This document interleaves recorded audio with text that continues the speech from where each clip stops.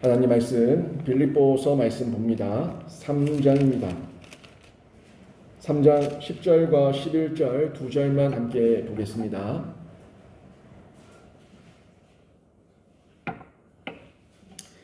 빌립보서 3장 10절 11절 두 절 합독하겠습니다. 같이 읽습니다. 시작. 내가 그리스도와 그 부활의 권능과 그 고난의 참여함을 알고자 하여 그의 죽으심을 본받아 어떻게 해서든지 죽은 자 가운데서 부활에 이르려 하노니. 아멘. 이 자리에 나와 예배한 우리 모든 성도님 한 분 한 분이 예수 그리스도를 본받아 날마다 자라가는 귀한 신자 되시길 주님의 이름으로 축원합니다. 아멘. 세상에서 여러분 사시다 보면 자기 PR이라고 하죠. 자기를 드러내고 또 자기를 잘 포장하고 소개를 해야지 소위 잘 팔립니다. 그렇죠? 취업할 때도 내가 어떤 능력이 있고 재능이 있고 또 내가 뭘 잘하고 이런 것들을 두루두루 잘 PR해야지 상대방이 호감을 가지고 이 사람과 함께 일해보고 싶다라는 마음을 가지게 되죠. 근데 그 마음 가운데 과연 몇 명이나 있을까요? 정말 나의 재능을 이 기업에, 이 직장에 내가 마음껏 다 쏟아내고 싶다 하는 사람이 과연 몇 명이나 있을까요? 기본적으로 세상에서의 이 계약 관계, 기본적으로 세상에서의 이 사람과 사람의 만남은 뭐 다 그런 건 아닙니다만 보편적으로 이 금전이 들어가고 이권이 들어가면은 항상 자기의 이익을 위해서 만납니다. 취업을 하는 사람들도 그 직장을 통해서 얻고자 하는 유익을 보고 돈 많이 주는 곳 이런 곳을 먼저 선택해서 찾아가게 되죠. 또 기업가들, 이 사용주들도 어떤 사람을 고용할 때 우리 회사에 맞는 사람, 재능이 많은 사람, 또 우리가 어떻게든 그 재능을 잘 활용할 수 있는 사람 이런 사람을 구하고자 하지 회사가 이 사람을 먹여 살리겠다, 이 사람을 구제해야겠다는 마음으로 고용을 일으키는 곳은 아무도 없을 겁니다. 모두가 하나같이 그 안에는 끊임없이 자기의 이익을 주장하고 자기의 이권을 도모하면서 살아가는 게 보편적인 세상의 기준입니다. 하지만 교회는 좀 다르죠. 교회는 글쎄요, 목사가 교회를 선택할 때 어떤 마음을 가지고 교회를 와야 될까요? 나는 이 교회에 와서 부귀영화를 누리겠다 하는 마음으로 오는 목사들도 있을 거예요. 있을 건데 만약에 그런 목사라면 그런 목사는 목회를 안 해야 되지 않을까라는 생각이 들어요. 근데 이게 인간이라서 불쑥 그런 어떤 경제적 논리 속에서 자기의 마음이 생길 때가 있거든요. 이렇게 좀 내가 얻었으면 좋겠다. 이렇게 좀 대우를 받고 싶다 하는 마음이 전혀 없을 수는 없겠지만 그렇지만 가장 기본적인 기준은 목사는 교회를 만날 때에 그 교회에 내 모든 신앙의 여정과 배움과 학식과 지혜와 은혜와 깨달음을 다 쏟아내겠다, 다 흘려보내겠다 하는 마음으로 오는 게 가장 이상적이겠죠. 또 거기다가 교회는 이 목사를 모실 때 어떤 마음이어야 될까요? 이 목사를 완전히 베껴 먹어야겠다. 이런 마음으로 목사를 모신다면은 그거는 교회의 모습이 아니죠. 이 목사를 어떻게든 잘 따르고 잘 목회 철학을 잘 배우면서 우리 교회가 함께 성장하는 기쁨을 누리고 싶다. 하나됨의 기쁨을 누리고 싶다 하는 그런 마음으로 모셔야 되니까 그런 면에서 봤을 때는 사용주와 이 어떤 직원 그리고 교회와 목사라는 관계에는 완전히 다른 관계에 있다는 것을 저희가 생각할 수가 있겠죠. 성경은 세상의 논리로 서로가 서로를 대하고 이웃을 대하라고 말하지 않습니다. 세상은 항상 나의 이익과 나의 어떤 경제적 유익을 위해 가지고 만나고 헤어지고 계약을 맺는데 성경은 좀 달리 얘기해요. 교회가 성도를 만날 때도 성도가 성도를 만날 때도 목사가 성도를 만날 때도 모든 그 만남 가운데 추구하고 가르치는 내용은 그리스도를 본받으라는 거예요. 그리스도를 본받아서 고난이 있으면 기꺼이 고난을 감당하고 낮아지는 자리에 있더라도 스스로 낮아지고 심지어 종의 자리까지 기꺼이 나아가서 그 낮아짐과 고난과 종됨을 감당하고 감수하고 또 나의 사명이라면 기꺼이 그 사역 가운데 감사함으로 충성되게 일할 수 있는, 사역할 수 있는 사람, 이런 자의 본을 배우고 닮아서 자라갈 것을 요청해 주고 있는데, 결국에 한 알의 밀알이죠. 한 알의 밀알이 떨어져 썩어지고 죽으면, 그러면 또 다른 생명이 일어나고 그 가운데 새가 깃드는 나무가 되고, 그렇게 하나님 나라의 확장은 한 사람이 죽는 것을 통해서 나타나는데, 근데 그 한 밀알이 죽었다고 죽은 게 아니라 그게 진짜 밀알이 사는 것이고 또 다른 사람을 살린다는 거예요. 내가 헌신하고 수고하고 종되었다고 해서 결국 내가 죽는 게 아니라 나도 살고 이웃도 살고 남도 살리는데, 그 지경이 겨우 나만 사는 정도가 아니라 아주 확장력이, 파문이 일어나는 그런 생명력의 약동을 얘기해주고 있는 게 성경의 내용이죠. 사실 우리가 성경의 내용을 모르는 게 아니에요. 다 알고 있어요. 낮아지고 섬기고 종되고 고난이 있더라도 광야 황무지라 하더라도 기꺼이 그 길이 하나님께서 보내신 길이라면 걸어가고. 근데 그게 정말 쉽지 않다는 거죠. 목사인 저도 너무 고난당하고 너무 외롭고 너무 공고하고 너무 힘들면은 하는 일 한숨이 나오는데, 모든 사람이 그래요. 근데 그때마다 우리가 결국에 이겨낼 수 있는 힘, 이겨낼 수 있는 근간은, 그 물된 동산은 하나님 품 안이에요. 하나님 품 안에 있을 때 내가 또 사는 생수의 강이 흘러오지, 결국 세상의 논리대로 사람을 보고, 세상의 논리대로 성도를 보고, 목사를 보고, 교회를 보고, 이웃을 보면은 아무런 소망도 발견할 수 없다는 겁니다. 그래서 오늘 본문 2절인데 이 2절 말씀을 통해서 바울이 결국 그 얘기하고 있는 거예요. 자기도 힘들지 않았다는 걸 얘기하지 않습니다. 바울도 자기가 엄청 힘들었다는 걸 사실 바울 서신을 통해서 우리에게 많이 전달해 주고 있어요. 힘들고 고달프고 역경 가운데, 유혹 가운데, 미혹 가운데 너무 많이 노출되어 있었다는 걸 얘기해요. 위협도 많았고 공고함도 많았고 심지어 내 안에서 일어나는 이 자고함도 많았고, 그래서 날마다 나를 쳐서 복종하게 하지 않으면 감당할 수 없는 사역, 그게 자신의 사역이라고 얘기하는데, 그런데 바울이 오늘 본문에서 전해주고 있는 거는, 근데 나는 예수를 만났고 예수의 은혜를 입었는데 나는 그때만 좋았더라, 이 신앙이 아니었고 지금도 좋사오니 라는 현재 진행형의 신앙을 가지고 있다라고 얘기하고 있는 거예요. 우리 가운데 과거를 자랑하는 신앙인들이 얼마나 많습니까? 내가 옛날에, 내가 한때, 내가 왕년에 라고 얘기하면서 내가 예전에 예수 잘 믿었던 때, 그럴 때를 자랑하는 사람들이 참 많은데, 그런 게 아니라 그때도 예수를 잘 믿었지만 지금도 예수를 잘 믿고 지금도 예수 안에 있고 지금도 은혜 아래 있다는 이 고백, 이게 바울이 얘기하고 있는 거예요. 바울이 지금 빌립보서 얘기하는 중에 전달하는 메시지는 결국에 나의 모든 사역과 은혜는 과거의 이야기가 아니라 지금 이야기다. 지금 은혜 중에 있다 하는 말씀을 전해주고 있다는 거죠. 바울이 언제 예수 만났습니까? 다메섹 도상에서 주님을 인격적으로 만났죠. 뭐 할 때 만났어요? 교회 다니는 사람들, 교회의 일원들, 그 성도들, 예수 믿는 사람들, 그 사람들 잡아 가두고 옥에 가두고 죽이려고, 그 사람들 잡으려고 군사를 이끌고 종들을 데리고 다메섹으로 가는 길에 예수 그리스도를 인격적으로 만났어요. 그리고 바울의 인생에 엄청난 변화가 일어나게 되죠. 특별히 지난주에 얘기했던 그 변화가 어떤 거였습니까? 제가 변화를 얘기했죠. 지난주에 사람에게는 가치의 변화가 있어야 된다, 생각의 변화가 있어야 된다. 이 가치의 관점과 생각의 변화가 있어야지만 그 생각하는 대로 행동하니까 행동도 실제적으로 바뀐다라는 부분을 제가 지난주에 강조해서 얘기를 했었어요. 바울이 그 가치의 변화와 생각의 변화가 일어났어요.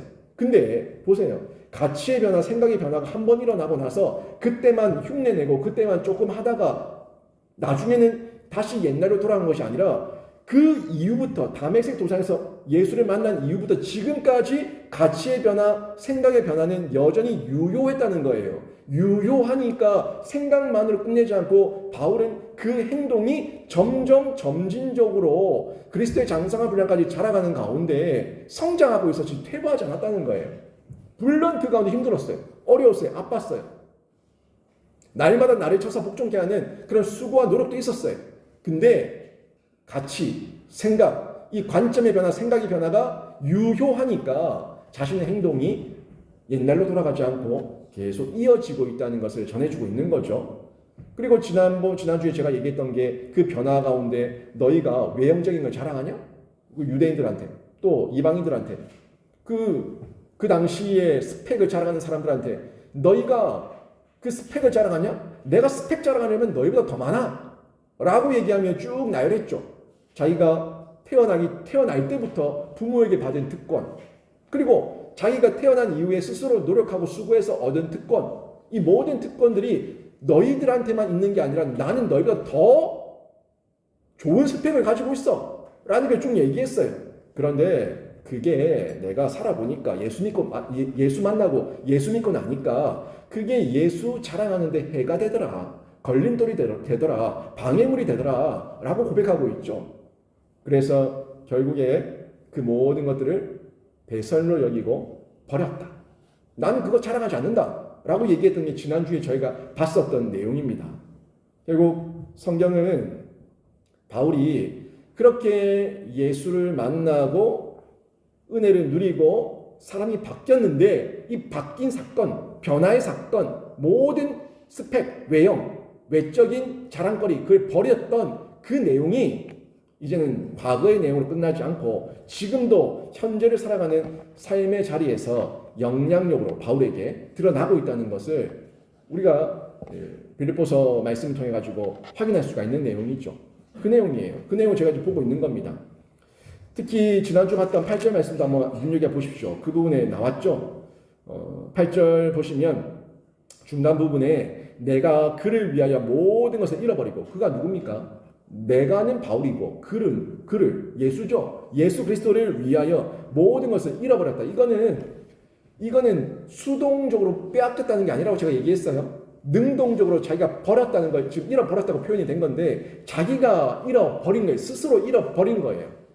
자기가 던져버리고 잃어버렸다고 얘기하고 있는 거죠. 번역상 그렇게 된 거지만 수동적인 게 아니라 능동적인, 자기가 자발적으로 잃어버린 거예요. 그리고 뭐라고 얘기합니까? 배설물로 여김은 그리스도를 얻고, 내가 이렇게 기쁘고 자랑할 만한 진짜 참된 보아 예수 그리스도를 얻었는데 내가 그 세상에 결국 다 두고 갈 세상의 스펙, 다 사라질 세상의 스펙, 그거 자랑할 게 뭐 있냐? 라고 얘기하고 있는 것을 볼 수가 있는데요. 이 말씀들이 제가 찾아봤어요. 오늘을 보니까 잃어버렸다, 백설물로 여겼다, 그리스도를 얻었다. 여기 지금 저희 한글에는 마치 과거형인 것 같죠. 근데요, 원어는요, 신기하게요, 현재형이에요. 현재도 내가 버리고 있어요. 현재도 배설물로 여기고 있어요. 현재도 그리스도를 얻어서 그리스도 안에 있어요. 결국 우리가 예수와의 연합, 예수와의 접속, 여러분 예수와의 접속과 연합은 여러분이 과거여야 됩니까? 아니면 현재여야 됩니까? 현재여야 되는 거예요. 지금 여러분이 예수 안에 있어야 되고 예수 안에 있는 줄로 믿습니다. 예수 안에 있어야지 내가 예수와 하나 된 거예요. 내가 옛날에 예수와 하나 됐었는데, 내가 옛날에 예수 잘 믿었는데, 옛날에 내가 예수와 연합되고 접속됐는데, 그건 옛날이고, 그럼 지금은 뭐라는 얘기입니까? 지금은 연합 안 되고 접속 안 됐다는 얘기예요. 그게 아니라 과거로부터 지금까지, 현재까지 나는 예수와 연합되어 있고 예수와 접속되어 있어 라는 현재형, 이 현재형으로 배설물을 여기고 또 잃어버리고 그리고 그리스도를 얻고 라고 바울이 얘기하고 있는데, 이 모습을 본받을 것을 얘기하고 있는 거예요. 여러분, 우리 과거 자랑하지 맙시다. 과거 자랑할까? 아무것도 없어요. 과거 자랑의 분들 다 필요 없고, 지금이에요. 지금 목사가 여러분 앞에 서가지고 여러분들에게, 여러분 제가 사역 옛날에 참 대단했는데, 제가 옛날에 전도 많이 했는데, 제가 얘기하면 아이들이 다 눈물 콧물 쏟으면서 난리가 났는데, 그 얘기해보는데 무슨 의미가 있어요? 지금 여러분이 예수를 만날 수 있도록 도전하는 메시지가 그 목사의 은혜 아래, 목사의 그 마음 가운데 예수의 은혜로 충만하게 있어야지 그 은혜가 흘러가는 거예요. 마찬가지죠. 여러분도 목사님 제가 옛날에 예수 잘 믿었는데 지금 이 꼴이 아니었는데 라고 얘기할 게 아니라 여러분이 언제든지 지금 제가 예수 안에 있습니다. 예수와 함께하고 있습니다. 예수의 은혜 아래 있습니다. 라고 얘기할 수 있는 현재 진행형의 체험과 그 감격이 있기를 주님의 이름으로 축원합니다. 그때에 고난에 참여할 수 있어요. 고난에 참여할 수 있다고요. 여러분, 광야에 나가요. 황무지에 나가요. 광야에 나가고 황무지에 나가는 거는 은혜가 있어야 나가요. 알고 나가는 거는 은혜가 있어야 나가요. 모르고 나가는 거는 얼떨결에 나갈 수도 있겠지만 알고 나가는 거는 그 은혜가 있어야 나가요. 교회 안에요. 여러분 뭐 합시다. 청소합시다. 뭐 전도합시다. 아이들 공과 준비합시다. 다 헌신이죠. 모든 게 헌신이에요. 헌신 아닌 게 없어요. 헌신 아닌 게 없다고요. 주방 가면 뭘 해야 되는 줄 알고, 교육부서 가면 뭘 해야 되는 줄 알고, 방송실 가면 뭘 해야 되는 줄 알고, 재정부 가면 뭘 해야 되는 줄 알고 알아요. 아니까 은혜가 없는 성도들은 머릿속에서 뭐가 돌아가요? 삐리삐리 계산이 돌아가는 거예요. 거기 가면 고생한다. 거기 가면 죽는다. 거기 가면 시급한다. 절대 가지 마라. 아니, 머릿속에 얼마나 계산이 빠른지 모릅니다. 그런데 여러분, 거기에 뛰어나오는 분들이 있어요. 발렌티어. 제가 하겠습니다. 라고 뛰어나오는 분들. 자원하는 분들. 그분들 누가 합니까? 1번. 교만이 충만한 사람. 2번. 은혜가 충만한 사람. 누가 합니까? 뭐 교만이요? 은혜가 충만한 사람들이 자원하죠. 누가 합니까? 여러분 교회 보세요. 우리 교회도 보세요. 늘 자원에서 뛰어나오시는 분들은 은혜가 있는 분들이에요. 그분들이 자원하지 은혜가 없으면 나오지 않습니다. 근데 그 자원에서 나온 그 곳이 헌신해야 되는 곳이에요. 섬겨야 되는 곳이에요. 낮아져야 되는 곳이에요. 종이 돼야 되는 곳이에요. 누가 하냐고요. 어떻게 보면은 세상 방법대로, 세상 이론대로 보면은 고난이다, 시간 낭비다, 허비다 라고 얘기하는 그 자리에 결국에 은혜가 있는 사람이 나가는데, 여러분 바울이 이 소아시아와 유럽 전역을 돌아다니면서 그 고생을 했어요. 돌에 맞고 매에 맞고 물에 빠지고 강도의 위협과 온 고통을 다 당하면서 다 돌아다녔어요. 왜 다닙니까? 가만히 집에 있으면은 랍비 소리 들으면서 인정받을 건데 왜 돌아다녀요? 현재 진행형의 신앙, 은혜가 있으니까 자원해서 나간 거예요. 나가서 복음을 전한 거예요. 바울은 이 얘기를 전해주고 있는 겁니다. 기꺼이 내가 고난에 참여한 이유는 내 안에 예수 그리스도를 더 알고자 하는 그 소망이 있기 때문이야. 내가 예수 알거든? 내가 다메섹에서 예수 만났거든? 지금까지도 1차, 2차, 3차 전도여행을 다니는 중에 계속해서 예수께서 나를 만나 주셨거든? 그런데 나는 예수가 더 알고 싶어. 예수가 더 궁금해. 예수를 더 만나고 싶어. 이게 바울의 고백이에요. 10절 말씀 보세요. 내가 그리스도와 그 부활의 권능과 그 고난의 참여함을 알고자 하여. 여러분 바울이 모르는 게 아닙니다. 바울처럼 예수를 더 잘한 사람이 과연 세상에 몇 명이나 있겠습니까? 성경의 그 신약 성경의 대부분의 바울의 서신입니다. 근데 그런 바울이 뭐라고 얘기해요? 내가 그리스도와 그 부활의 권능과 그 고난의 참여함을 알고자 하여. 여러분 예수를 늘 자랑하는 게 입에 붙은 사람이 바울인데, 이 바울은요 예수를 더 알기를 원한다고 얘기하는 이 고백, 여러분에게 어떻게 들리십니까? 전들 예수를 다 압니까? 전들 성경을 다 압니까?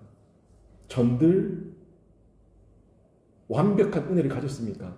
아이고, 천만 죽을 때까지 예수를 알아가도 예수를 다 모릅니다. 죽을 때까지 성경을 설교해도 저는 성경을 다 모릅니다. 오늘 집사님 한 분이 저한테 전화가 왔어요. 1:1 제자양육 예습하다가 궁금한 게 생겨가지고 전화했다는 거예요. 저는 어찌나 반갑든지. 그 궁금해한다는 게 너무 반가운 거예요. 궁금해서 용기 내서 목사님 전화를 했다는 게 참 반가운 거예요. 호기심이 있다는 거예요. 호기심이. 여러분, 호기심이 아이를 자라게 합니다. 아이는요, 호기심이 있어야지 만져보고 맛보고 생각하고 촉감 가운데 이 모든 걸 알아가요. 신앙도 마찬가지예요. 신앙에 그 궁금증이 있어야지만 예수를 점점 더 알아가는데, 바울은 이 선교 사역을 감당하고 있는데도 그 호기심에 예수를 더 알고자 하는 이 마음과 바람이 있다는 겁니다. 이게 진짜 사랑하는 거죠. 진짜 사랑하는 사람을 만나면 피상적으로 그 사람을 알기보다 그 사람의 내면까지 알고 싶어요. 제가 연애할 때, 결혼하기 전에 연애할 때 제 아내의 마음을 알고 싶은 거예요. 저희 아내는 마음을, 속을 잘 표현을 안 해요. 이 여자가 진짜 나를 좋아하나 사랑하나, 진짜 나랑 결혼할 마음이 있나 없나 도대체가 모르겠는 거예요. 그러면 여러분, 진짜 사랑하면은 애가 탑니까 안 탑니까? 애가 타요. 근데 사랑 안 하면 하든가 말든가. 아이고, 나 사랑한다가 무섭다. 혹시라도 나 사랑한다 묻자지? 이런 마음이 들 거예요. 근데 사랑하면 그 사람이 나와 같은 마음인지 궁금한 거예요. 그 사람의 내면이 궁금한 거예요. 그게 진짜 사랑하는 거죠. 피상적으로 이름, 나이, 성별, 어디 산다, 직장이 어디다. 그런 거야. 여러분, 저 인터넷 회원가입할 때도 적습니다. 그 정도의 피상적인 게 아니라 그 사람의 내면, 그 내면을 알고 싶은 거. 그게 진짜 아는 거 아니에요. 예수를 사랑한다면 우리 마음 가운데 그 예수의 그 내면까지, 그 아버지의 마음, 그 예수의 마음까지 알고자 하는 이 마음의 선한 의도가 생겨나야 된다는 거죠. 예수님을 개인적으로, 인격적으로 더 친밀하게 알고 싶은 그런 마음의 소망이, 사모함이 생겨난다는 거죠. 그분이 죽음이든 고단이든, 그분이 처한 것이 죽음이든 고난이든 부활의 영광이든 가난함이든 부유함이든 가리지 않고 다 알고 싶은 거예요. 그래야지 내가 동참을 하든지 내가 도와주든지 할 거 아닙니까? 정말 사랑하는 내 자녀가 고통 중에 있고 학폭을 당하고 여러 가지 마음의 공고함 가운데 있으면 그거를 말 안 하고 있으면 그 부모 심정이 어떠냐는 거예요. 왜 얘기 안 했냐? 왜 얘기 안 했냐? 그거예요. 진짜 사랑의 관계 내 안에 하나됨으로 있으면은 죽음이든 영광이든 부유함이든 가난함이든 그 모든 내면의 마음을 좀 공유할 수 있는, 알아갈 수 있는 그런 교제와 소통이 있어야 된다는 겁니다. 이게 신앙의 참모습이에요. 예수라는 한 분을, 인격이죠. 신이신데 인간으로 오셨으니까 인격이에요. 완벽한 신이시고 완벽한 인간이 그 인격이신 예수와 인격인 내가 인격적으로 서로 사랑하는 관계, 서로 교제하는 관계, 이 관계가 진짜 온전한 하나됨을 이루는 참된 신앙이라는 겁니다. 만약 예수님을 더 알아가고 닮아가고 사랑하는 것은 빼고 행위만 남아있다면 그건 죽은 믿음이에요. 그러니까 말로만 사랑한다 그 말만, 글만, 편지에 사랑한다 행위죠. 말도 행위죠. 옆에서 손잡아 주는 거 행위죠. 말만 그렇게 하고 오늘 뭘 했는지, 뭘 좋아하는지, 지금 어떤 고민이 있는지, 어떤 아픔이 있는지, 어떤 기쁨이 있는지 전혀 궁금하지 않고 알려고도 하지 않는다면 그 사랑하는 거 아니라는 거죠. 가짜예요, 가짜. 죽은 믿음이고요. 거짓 사랑입니다. 진짜 사랑하면은 그 상대를 더 알고 싶은 거예요. 교회에서 우리가 섬기고 헌신하는 행위도 다 귀한 일이에요. 다 귀한 일이에요. 헌신하고 봉사하는 거 맞아요. 그 고난 가운데 낮아지고 순종하고 섬기고 종이 되는 기꺼이 나가는 곳이에요. 근데요, 제가 얼마 전에 마리아와 마르다 얘기했지 않습니까? 마르다의 자리 귀한 거예요. 귀한 거예요. 마르다가 처음부터 자기 드러내고 싶어 간 거 아니에요. 마르다도 예수님을 사랑했어요. 그래서 간 거예요. 근데 가서 예수님과 교제는 계속해서 끊어지지 않아야 되는데 그 교제는 끊어지고 마르다의 사역만 남으니까 마르다가 마리아를 보고 질투한 거라고 제가 얘기하지 않았습니까? 마리아도 필요하고요. 마르다도 필요해요. 마리아 지금 예수님 말씀 듣다가 은혜 받으면 나중에 마르다의 자리에 가서 자기도 일하고 있을 거예요. 근데 중요한 건 뭐예요? 마르다의 모습과 마리아의 모습과 그 두 가지가 항상 병행 가운데 있을 때에 끊어지지 않는 생수의 강을 우리가 체험하면서 마르다의 자리에서 헌신하며 수고할 수가 있는 거죠. 우리 교회에 사회 가시다가 불평하는 분들 있잖아요. 알아요. 근데 저는 그분들을 처음부터 그렇게 비난하지 않습니다. 그분들이 처음부터 그랬다고 얘기하지 않아요. 그분들이 지금 어떻게 된 상태예요? 지친 거예요. 탈진이 온 거예요. 힘든 거예요. 결국 그럼 뭐가 공급 안 된 거예요? 영의 양식과 영의 생수가 공급 안 된 거예요. 그러니까 탈진이죠. 결국 우리가 교회에서 섬기고 헌신한 행위 다 귀한 일인데 결국 그 일을 통해 가지고 내 영혼이 윤택해져야 되고 내 교우들, 우리 이웃의 영혼이 윤택해져야 돼요. 그게 사역다운 사역이에요. 생명을 살리는 사역이에요. 근데 사역하다가 나도 병들어 죽고 다른 사람에게 막말을 쏟아내고 쓴소리를 쏟아내고 투정을 뿌려가지고 그 사람까지 실족하게 버리면 그건 뭡니까? 행위만 남아서 서로가 다친 거예요. 아픈 거예요. 내일 본문 보세요. 내일 본문. 내일 큐티 본문 보세요. 마태복음 23장 오늘 12절까지 봤죠? 내일부터 13절 나오는데 13절부터 마지막까지 예수님이 화 있으신저, 화 있으신저, 화 있으신저 7번의 화를 얘기합니다. 근데 그 화가 뭐냐고 누구한테 하는 얘기예요? 바리새인과 서기관들에게 하는 거예요. 바리새인과 서기관들이 행위가 없어요? 행위는 완전 최고. 그 누구도 흠잡을 데가 없는 최고의 행위를 가지고 있어요. 근데 그 마음에 뭐가 없어요? 사랑이 없어요. 본질이 없어요. 정의가 없어요. 하나님을 향한 진실함이 없어요. 그러니까 결국에 남을 비난하기 위한 행위, 남에게 자랑하기 위한 행위, 누구에게 드러내기 위한 행위, 그 행위만 남으니까 하나님께서 보시고 예수께서 보시고 화 있을진저 책망밖에 안 남은 거예요. 우리의 인생과 우리의 사역과 우리의 섬김이 이런 화를 초래하면 안 되지 않겠습니까? 우리의 섬김을 통해 가지고 나의 영이 살아야 되고 이웃의 영을 살려야 돼요. 그게 참된 유익이 있는 사역이라는 겁니다. 저는요, 여러분이 현재 진행형의 신앙을 계속해서 유지해가는 중에 은혜를 많이 누리시는 중에 고난에 참여하시더라도 그 고난 가운데 탈진하는 사람이 아니라 그 고난 중에도 예수의 은혜는 여전히 여러분이 유효해서 물된 동산 같은 은혜, 물된 동산 같은 하나님과의 만남과 교제가 풍성히 일어나기를 주님의 이름으로 축원합니다. 그게 진짜 교회다운 교회고 신자다운 신자죠. 그게 교회다운 교회 공동체예요. 저도 마찬가지예요. 제가 그 마리아, 마르다 얘기할 때 남 얘기하는 게 아니고 저 얘기하는 걸 했지 않습니까? 여러분 생각 이상으로 저는 아주 열정이 많은 사람입니다.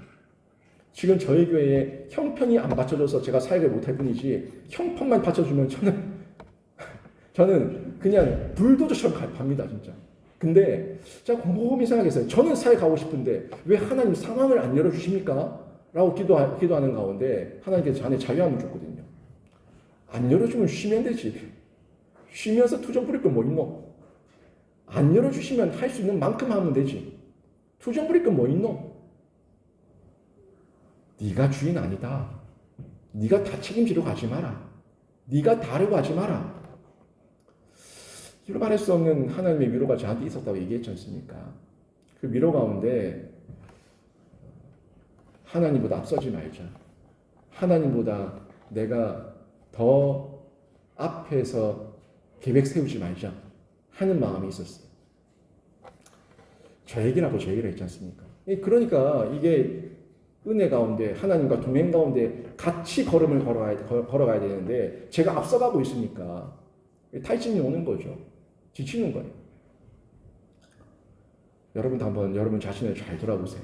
교회 사역 가운데 왜 지치는가, 왜 힘든가를 돌아보면 그 방법을 알 수가 있는 거죠.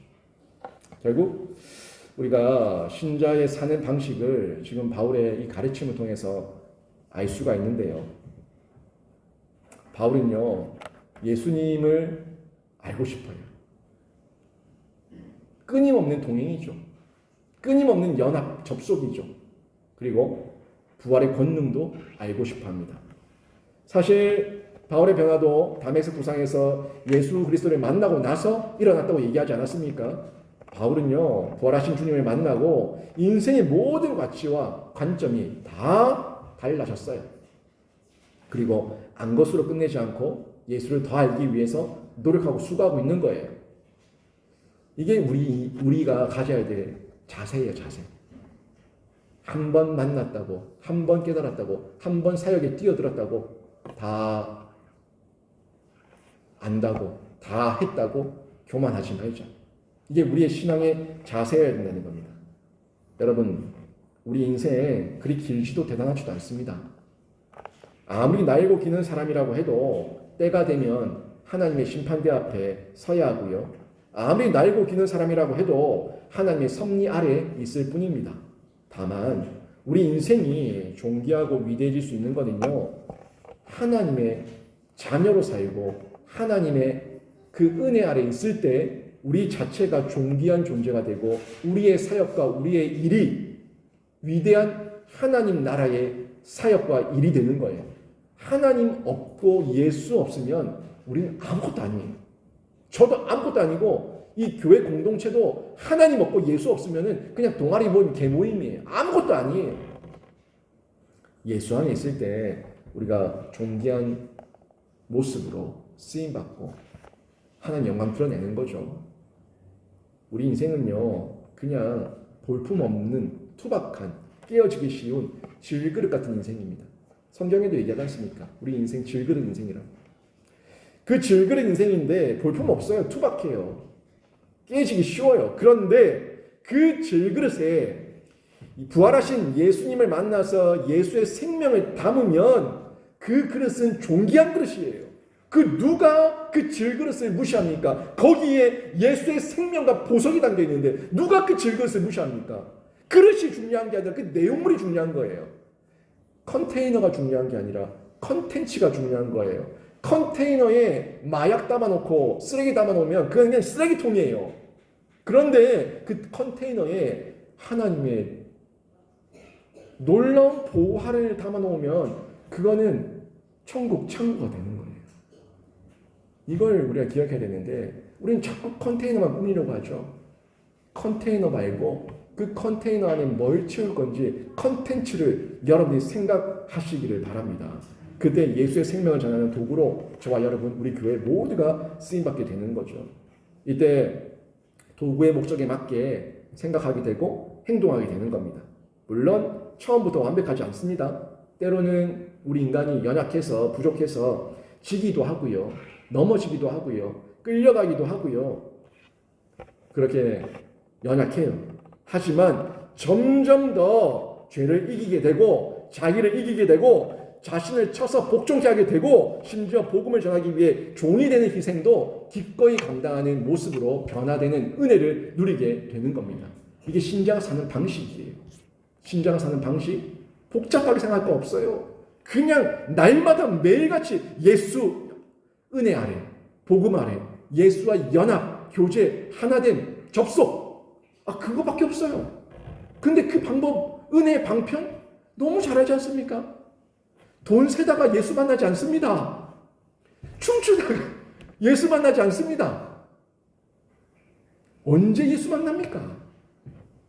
기도 중에, 말씀 중에, 묵상 중에, 하나님을 찬양하는 중에, 하나님의 영적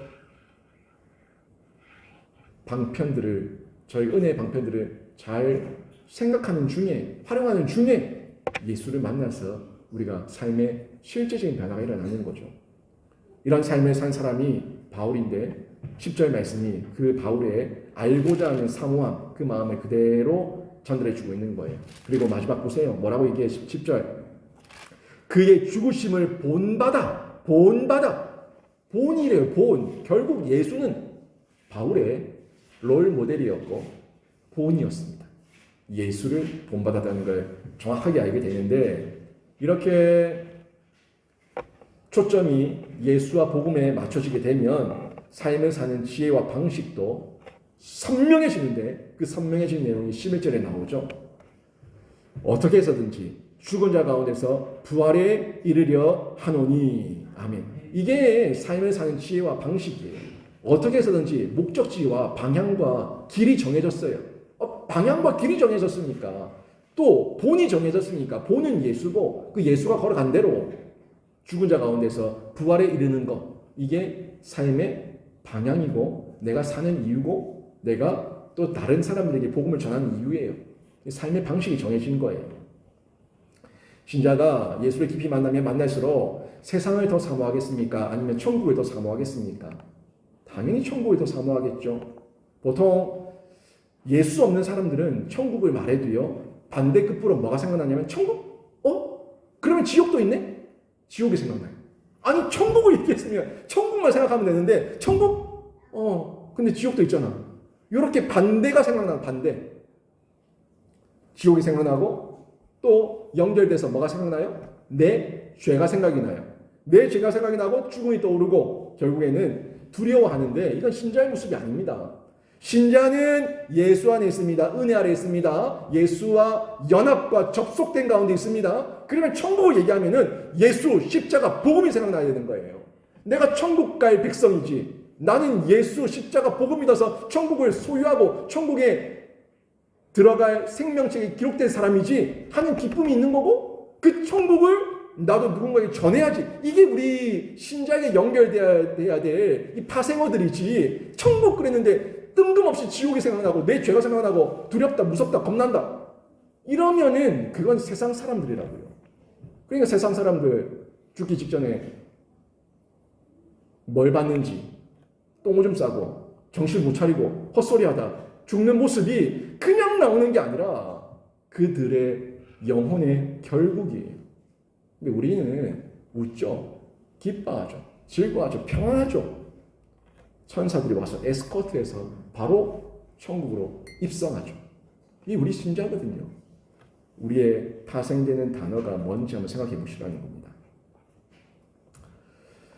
우리 그리스도인들은요, 바울처럼 예수 그리스도를 본받아야 됩니다.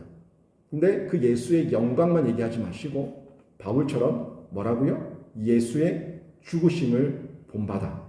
근데 그 죽으심은 끝이 아니라 사니까, 생명이니까, 영광이니까, 부활이니까 그게 우리에게 희망과 소망이 되는 거죠. 여러분, 세상은 십자가 없는 부활과 고난 없는 영광을 말하지만 그건 불가능해요. 십자가가 있어야지 부활이 있어요. 죽음이 있어야 부활이 있고 고난이 있어야 영광이 있어요. 고난 빼버리고 죽음 빼버리고 십자가 빼버리고 영광, 부활. 아니 죽지도 않고 무슨 부활을 얘기합니까? 죽어야지 부활이 있죠. 고난도 안 당해보고 무슨 영광이 압니까? 영광을 압니까? 고난을 당해봐야지 야 이게 영광이구나 하는 걸 알죠? 그 모든 게 예수의 십자가에서 이루어진다는 건데 십자가 빼고는 영광과 부활을 얘기할 수가 없습니다. 이걸 모르니까 그저 영광과 부활만 꿈꾸고 욕심내니까 예수 없는 인간들은 남의 것을 빼앗고요. 착취하고요. 자기 합리화에 빠져서 죄책감마저 무뎌져 갑니다. 그런데 그들은 절대 영광과 부활을 얻을 수 없습니다. 우리가 오늘 말씀을 통해서 잘 생각해야 되는 것은요. 결국 세상 사람들처럼 우리는 그런 신자의 자세, 삶의 모습을, 방식을 추구하면 안 되고 바울처럼 예수 그리스도 안에서 그 죽으심까지 본받아서 낮아지고 섬겨주고 종이 되고 헌신하는 그 모습 가운데 있지만 그것이 진짜 영광이고 진짜 부유한 자고 진짜 하나님의 자녀된 자라는 거, 하나님의 칭찬 가운데 있을 자라는 거 잊지 마시고 여러분 늘 끊임없이 동행, 연합, 접속 가운데 그 은혜를 누리시고 실천하는 신자가 되시길 주님의 이름으로 축원합니다.